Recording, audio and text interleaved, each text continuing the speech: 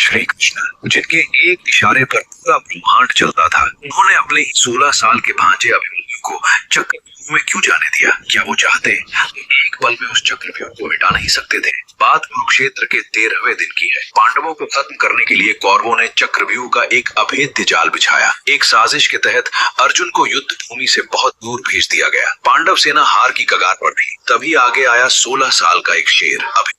उसे चक्रव्यूह के अंदर जाना तो आता था, लेकिन बाहर आना नहीं। फिर भी धर्म की रक्षा के लिए वो अकेला ही उस चक्रव्यूह में घुस गया। अंदर जाते ही उस अकेले वीर ने ऐसा पराक्रम दिखाया कि पूरी कौरव सेना की रूह कांप उठी। महारथी भी उसके सामने टिक नहीं पा रहे थे, और जब वो उसे सामने से नहीं हरा पाए तो उन्होंने युद्ध के सारे नियम तोड़ दिए। उस अकेले योद्धा को चारों तरफ से घेर लिया गया। रथ टूट गया, हथियार छिन गए। फिर भी निहत्थे अभिमन्यु ने अपने रथ का पहिया उठा लिया और अपनी आखिरी सांस तक लड़ता रहा। लेकिन श्री कृष्ण ने उसे बचाया क्यों नहीं? इसके पीछे देवताओं का एक बहुत बड़ा रहस्य था। दरअसल अभिमन्यु कोई साधारण इंसान नहीं, बल्कि चंद्रदेव के पुत्र वर्चा का अवतार था। चंद्रदेव ने अपने बेटे को धरती पर भेजते समय देवताओं के सामने एक शर्त रखी थी कि मेरा पुत्र केवल 16 साल तक ही धरती पर रहेगा। वो एक ऐसा महान काम करेगा जिसे युगों युगों तक याद रखा जाएगा और फिर मेरे पास लौट आएगा। श्री कृष्ण विधि के इस विधान को भली भांति जानते थे। उन्हें यह भी पता था कि कौरवों के सर्वनाश के लिए अर्जुन के सीने में जो आग चाहिए वो अभिमन्यु के इसी बलिदान से जलेगी। उस दिन वो 16 साल का वीर चक्रव्यूह में हारा नहीं, बल्कि इतिहास में